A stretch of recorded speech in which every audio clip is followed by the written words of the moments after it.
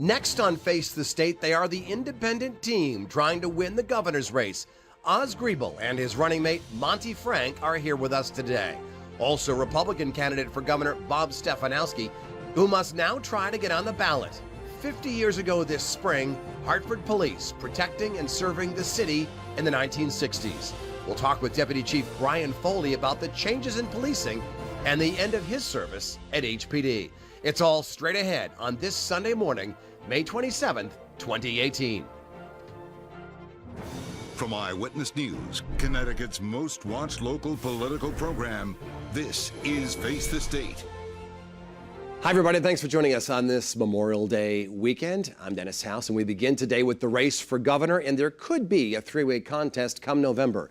We are joined today by the independent ticket of Oz Griebel and his running mate, candidate for Lieutenant Governor Monte Frank. And gentlemen, thank you for being with us here on the program. Thanks for having us, Dennis. And Mr. Griebel, I'll begin with you because you're not on the ballot yet. Correct. How does this work now? Because you need to get signatures. We need 7,500 signatures. We've probably collected well over 9,000, Dennis, and the goal is to get that all done by the middle of next month. We've been very blessed to have about 150 folks volunteering to help collect the signatures, so we're very confident we'll have that done and be certified to be on the ballot by the middle of June. Would it have been easier to join with a party or perhaps No, we looked party? at that. I think our idea was to make sure that Monte and I got on the ticket. When you get into down the party line, Dennis, you've got to get candidates for other offices, and that wasn't a good use of our time, we didn't think. Mr. Frank, people are going to ask, well, why would I vote for them when I could go for a Democrat or Republican? What makes you so different?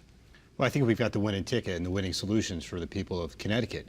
While the Democrats and Republicans have been talking to a small group of delegates and are veering pretty hard to the left and to the right, what we've discovered in talking to voters is that most people are either just slightly left of center, slightly right of center, and what they're interested in is a ticket that is looking after their best interests, looking for solutions, and are not beholden to special interests or parties, and that's what this ticket's all about. As you both know, people are moving out of Connecticut. Correct. The governor's approval rating right now is at 21%. People want some change come November, and if you're elected, your first day as governor, first 100 days, what will you do to change Connecticut? Well, first of all, we won't wait for the first 100 days, Dennis. You're going to start the campaign. We're campaigning now to win on November 6th. The campaign to change Connecticut, to arrest the unfunded liability issue, to make sure we've got money to invest in transportation, to really reignite private sector confidence. That starts on November 7th. And I'll give you one quick answer. Monty and I will serve as the chief marketing officers for the state of Connecticut.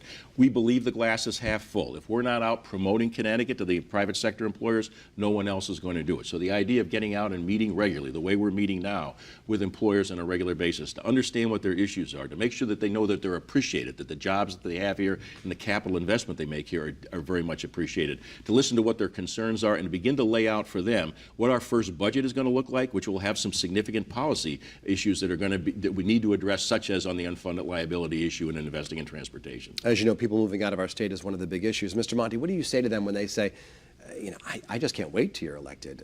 I need to leave now because the taxes are too high. It costs me too much. My parents need extra health care and things like that. What do you tell them? Well, I would say stay with us, that the ticket that we are bringing to the voters is a ticket that can change Connecticut slowly, but over time we'll start bringing about some significant changes. We're particularly interested in trying to develop incentives for people to stay here, talking to millennials, talking to college students, and creating an environment where people can succeed. Look, the number one issue that people have are jobs. And that's what this ticket is focused on, is how are we going to create an environment to bring in jobs to the state and start bringing back some of the quality of life issues that we had when we first moved here. Does that include tax cuts? It's going to have to be looking at, Dennis, we're looking at a $2 to $2.5 billion operating deficit in the next biennium. Anybody who thinks they've got the answer in terms of what services are going to be reduced or what taxes are going to have to be addressed, I think at this point is really blowing smoke. We're going to have to look at all those issues to come up with both a budget that satisfies the biennium, but begin to put making strategic directions to the question you asked, Monty.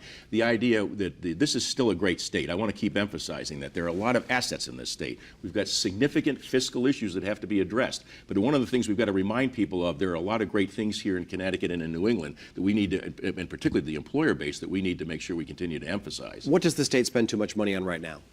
Well, I think obviously, when you look at the budgets, you've got over 40% is locked into debt service and into funding employee pensions and health care obligations. So we've got to look at how do we start changing that. And we've got some ideas around how you can get current pensioners more confident that the pension checks they're collecting today will be there 20 years from now by doing things like contributing the lottery into the pension system. There are a number of things that Monty and I have talked about, along with the people who are working with us, that we're laying out on our website and we're laying out in meetings that, unfortunately, a show like this doesn't give us ample time to talk about. People might have a bad taste in their mouths over an independent governor because the last independent governor, Lowell Weicker, instituted the income tax, and people, as you know, were very upset about that, and he was in a position where he really couldn't run for re-election.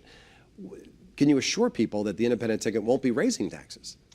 We're not going to raise taxes. When the income tax came in at 4.5%, there were promises made that it would stay at that level. It's been obviously raised to a level now where if we raise it any further, we're going to just continue the outmigration that we've seen in the state. Is there anything in the state that is not taxed that could be, you think, or a tax that could go up? Well, you're looking at the whole panoply of things around legalized marijuana, sports betting coming in, that are all these great, but that's not going to get at the core issue, Dennis, of job opportunities. Our goal is to see that all of the prism in which we'll look at all of our issues is looking at how do we gain 200,000 more jobs over the next 8 to 10 years. If we're not focused on significant private sector job growth, then the pattern of the last 30 years will continue. So all the things we're talking about have to go through that prism. What's going to enhance the likelihood of there being 200,000 more jobs in the state over an 8 to 10 year period? Three big issues that our viewers and voters are certainly talking about are tolls, marijuana, and perhaps another casino. So let's begin with tolls. Do you support them? Electronic tolls are part of the long-term solution, Dennis, but it is a theological argument that's been going on for 20 years that we've got near-term issues that we're going to have to deal with in terms of roads and bridges in municipalities and on the interstate system that are going to have to be looked at. We're going to have to look at that lockbox. We're strong supporters of the lockbox, the constitutional amendment, to make sure that all transportation funds are secured, and we're going to bring back the Transportation Strategy Board, because what that did in the latter part of the early part of the last decade was bring the private sector together with the public sector to address what a transportation strategy should be. What about legalizing marijuana? We would support it. We'd want to do it with some caveats. One, that we address the public safety issue to make sure that people aren't driving under the influence, and ways to monitor that. And secondly, we've got a raging opioid crisis in this state, something that I've worked pretty hard on. And so we would want to say, let's take some of the revenue from legalizing marijuana and earmark it for some real efforts to combat the opioid crisis.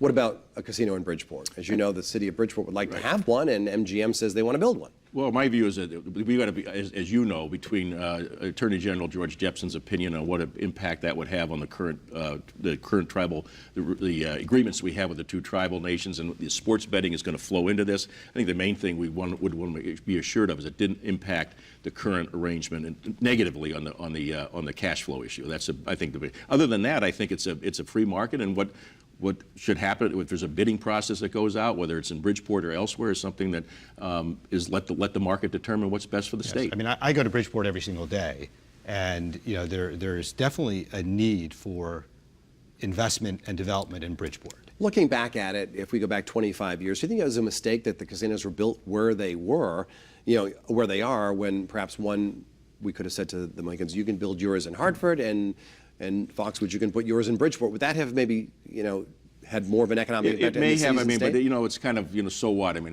they've been built. So I wasn't part of those discussions. Could you have looked at that again differently? I do think there's some opportunities going down the road in something like the XL Center. Would MGM have some interest in doing anything to support that? I think there's some things we've got to.